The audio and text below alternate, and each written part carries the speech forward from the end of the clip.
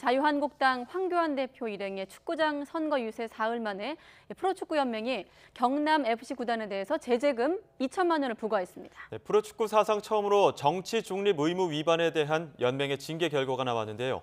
취재 기자와 함께 이야기 나눠보겠습니다. 양시창 기자 나와 있습니다. 어서 오십시오. 네, 안녕하세요. 자, 어제 이 시간까지만 해도 이 경남FC 구단의 가장 아픈 결과는 무엇이느냐는 질문에 전문가도 그랬고 취재 기자도 그랬고 아마 감점일 것이다. 10점 감점. 그런 얘기가 있었는데 일단 그거는 피한 것 같고요. 자, 이번 그렇습니다. 징계 결과 다시 한번 좀 짚어주시죠.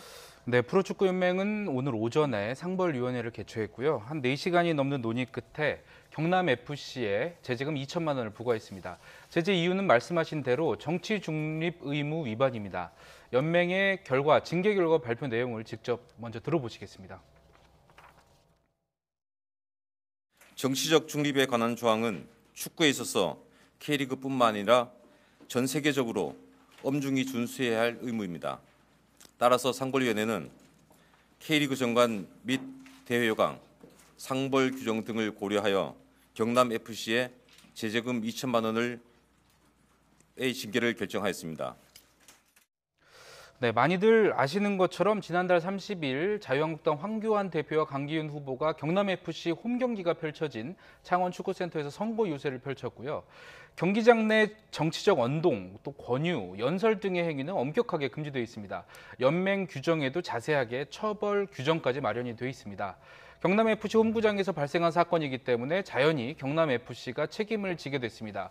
제재금 2천만 원은 관점에 따라서 예상보다 가벼운 징계로 볼 수도 있는데요. 이유는 경기장 내 정치적 행위에 대한 규정이 무척 엄격하기 때문입니다. 승점 10점 이상의 감점 혹은 무관중 경기 혹은 제3지역 경기 개최 같은 중징계는 우선 피했습니다. 연맹은 지역의 선거 열기가 고조되고 있었음에도 더 많은 인력을 투입해 사고를 예방하지 못한 점, 또 보다 능동적으로 제재하지 못했던 점을 구단의 귀책 사유로 판단했습니다. 하지만 유세단의 경기장 진입과 유세 활동을 제지했고 다른 정당의 진입은 막는 등 규정 준수를 위해 노력했다. 또 구단이 직접 정치적인 행위를 한 것은 아니라고 이 점을 고려했다. 이렇게 설명을 했습니다.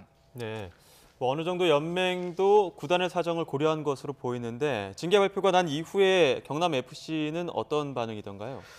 네, 징계 발표가 나온 직후에 제가 이제 전화를 해봤는데요. 우선은 무척 신중한 태도를 보였습니다.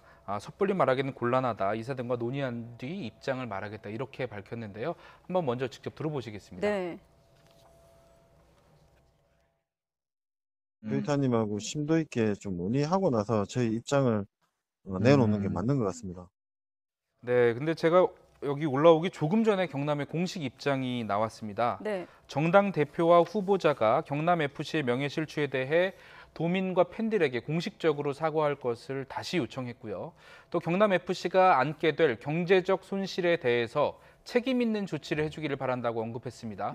그렇지 않으면 모든 법적 조치를 취할 것이라고 덧붙였습니다. 네, 조금 전 나온 그 입장이기 때문에 제가 다시 한번 말씀을 드리면 도민과 팬들에게 한국당이 공식적으로 사과할 것을 요청했고 또 경제 손실에 대해서 책임 있는 조치를 해주길 바란다. 여기까지 이제 경남FC 입장이 추가가 된 건데 앞서 국회 연결했을 때 우철희 기자는 한국당이 일단 안타깝고 송구스럽다. 재고해달라가 여기까지가 지금 국회 한국당의 입장이었거든요.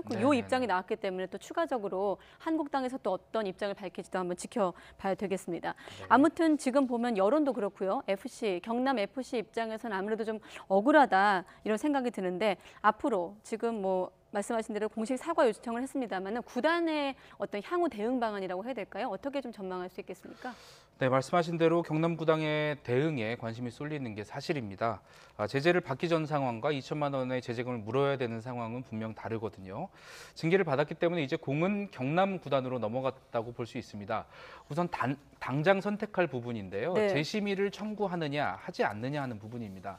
재심의를 청구한다면 일주일 안에 프로축구연맹에 제출해야 하고 연맹은 다시 15일 이내에 재심 사유를 심의해야 합니다. 재심의를 청구하지 않겠냐는 게 일반적인 관측인데요. 청구하지 않을 가능성도 제기가 되고 있습니다. 왜 그렇죠? 네, 재심의를 하려면 명백한 재심의 사유가 있어야 하거든요. 하지만 오늘 그 연맹의 징계 내용을 보면 재심의할 사유가 마땅치 않아 보입니다. 소명을 충분히 하지 못했거나 추가로 증거를 제출해서 밝혀야 할 부분이 있어야 되는데 그렇지 않다는 것이거든요. 연맹은 발표 내용을 보면 네. 경남 구단의 이야기를 대부분 다 들어줬습니다. 황 대표 일행이 출입을 하기 전에 직원이 제지했다. 또 다른 정당의 출입을 막았다. 이 점도 충분히 인정을 해줬고요. 정선 참작을 해줬습니다. 보다도 능동적으로 뭐 막지 못했다. 이런 거는 좀 결과론적인 얘기로 보이고요. 재심의 사유가 딱히 없기 때문에 결과가 뻔하다면 재심의를 굳이 할 필요성이 없어지게 됩니다. 물론 뭐 절차적 어떤 정당성을 위해서 재심의를 청구할 가능성도 있겠습니다. 어쨌든 재심의를 청구하든 안 하든 제재금이라고 하는 게 완전히 없어지기는 힘들어 보이는 상황입니다. 네. 그래서 조금 전 입장도 나왔지만 자유한국당의 법적인 책임을 물을 가능성이 있습니다. 뭐 구상권이나 손해배상을 청구할 수도 있는 것입니다. 특히 이 문제가 불거졌을 때 굉장히 밤늦게 구단이 우리 출입 기자들에게 보도자료를 배포했거든요. 네, 어젯밤인가요? 네, 그렇습니다. 아주 강경한 어조로, 그젯밤이죠. 아주 강경한 예. 어조로 도의적 또 법적 책임을 묻겠다고 했습니다. 밤늦게 나온 그 보도자료를 통해서 굉장히 강경한 어조로 얘기했다는 점 자체가 이미 징계를 받을 것을 알고 그 이후의 대응을 염두에 둔 표현이라고 풀이할 수 있기 때문에 그렇습니다. 네. 자유한국당 측은 어떤 반응이던가요? 네, 조금 전에도 이제 나왔지만요. 황교안 대표가 본인의 SNS에 구단과 팬들에게 송구하다, 제재금 2천만 원에 대한 재고가 있었으면 좋겠다, 뭐 이렇게 밝혔고요.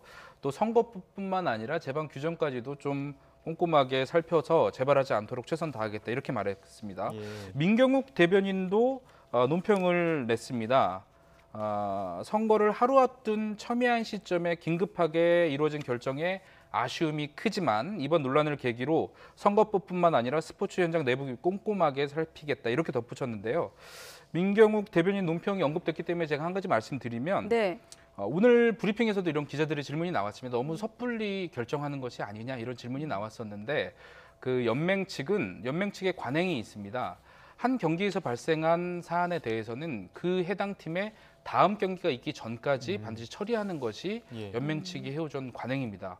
오늘 밤에 이제 경남이 당장 지금 곧 경기가 열리거든요. 이 경기 전에 처리를 해야 되기 때문에 이렇게 처리가 됐다는 점을 말씀드리겠습니다. 네, 앞서 양시창 기자가 경기장 내 정치적 행위에 대한 규정이 무척 엄격하다라고 말을 했는데 바꿔 말하면 그런 엄격한 규정 안에서 또 이런 정치인들의 좀 이런 모습들을 봐서 씁쓸하지 않았나 이런 생각이 듭니다. 네. 네, 양시창 기자와 함께 알아봤습니다. 수고했습니다. 네.